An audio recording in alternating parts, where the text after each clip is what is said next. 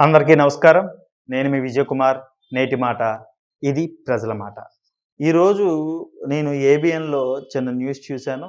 దానిపై నాకు తెలిసిన కొంతమంది వ్యక్తుల ద్వారా కూడా కేరళలో ప్రెజెంట్ ఉన్న స్వాముల దగ్గర అడిగి తెలుసుకున్నాను. ఇది నిజమేనా అని. అంటున్నారు. కొంతమంది చూసినోళ్ళు చూసాము అని చెప్తున్నారు. ఒక దేవస్థానానికి ఎళ్లి దేవుడికి దండం పెట్టుకునేటప్పుడు కూడా ఈ జగన్‌మోహన్ రెడ్డి అనే వ్యక్తి భజన అవసరమా? 2.0 చూస్తారు అంట. అది ఎంతవరకు కరెక్ట్ అనేది జగన్మోహన్ రెడ్డి అభిమానులు ఆలోచించుకోవాలి. వైఎస్ జగన్మోహన్ రెడ్డి గారు మాజీ ముఖ్యమంత్రి, ప్రస్తుతం ఒక ఎమ్మెల్యే.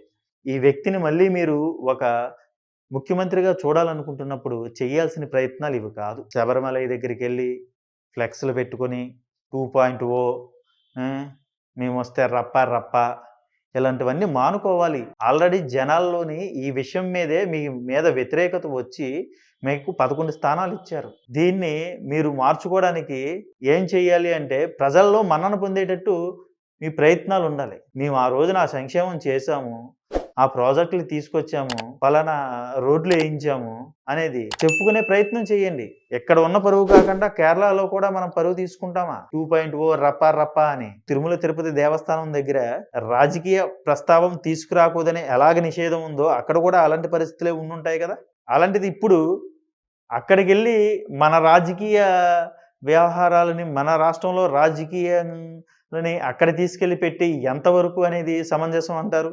ఇటువంటి రాజకీయాలకి దేవుడికి సంబంధం లేని విషయాల్లో ఎక్కడో దేవస్థానానికి మన రాష్ట్ర రాజకీయాలని అంటగట్టి ఇబ్బందులు పాలు చేయడానికా మన రాష్ట్రాన్ని? మన దేవస్థానం తిరుమల తిరుపతి దేవస్థానంలో మనం రాజకీయాల గురించి మాట్లాడితే ఊరుకుంటున్నామా? కేరళలోని శబరిమలలో మాట్లాడడానికి, అక్కడ మన ఫ్లెక్స్‌లు వేలాడదీయడానికి? మీరు ఇక్కడ రాజకీయంగా మాట్లాడాలి, రేపు అధికారంలోకి రావాలి అనంటే ప్రజల్లోకి రండి. మేము సచివాలయం వ్యవస్థను ఏర్పాట్లు చేసాం. వాలంటరీ వ్యవస్థను ఏర్పాటు చేసాం. మీ ఇంటి దగ్గరికే రేషన్ బియ్యం తీసుకొచ్చాం. ఎటువంటి అవినీతి లేని ప్రభుత్వాన్ని నడిపాం అని చెప్పండి. ప్రస్తుతం ఉన్న గవర్నమెంటు అవినీతి చేస్తుందని చెప్పండి. పలానా సంక్షేమ పథకాలు ఇవ్వట్లేదని చెప్పండి. పెట్టుబడులు తీసుకురావట్లేదని చెప్పండి. అంతేగాని పక్క రాష్ట్రాల్లోకి వెళ్ళి మన రాజకీయ జీవితాన్ని వాళ్ళకి బహిర్గతం చేసి మన రాష్ట్ర పరువుని తీస్తారా చెప్పండి? 2.0 రప్ప రప్ప ఇంకెంతకాలం ఇదే? ఇదే సరైన రాజకీయ పద్ధతి కాదు.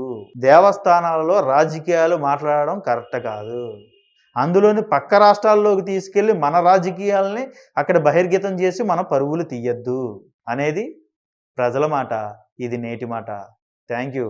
నా కంటెంట్ మీకు నచ్చినట్టయితే నా ఛానల్‌ని సబ్స్క్రైబ్ చేయండి, లైక్ చేయండి, నోటిఫికేషన్ ఆన్‌లో పెట్టుకోండి. Thank you.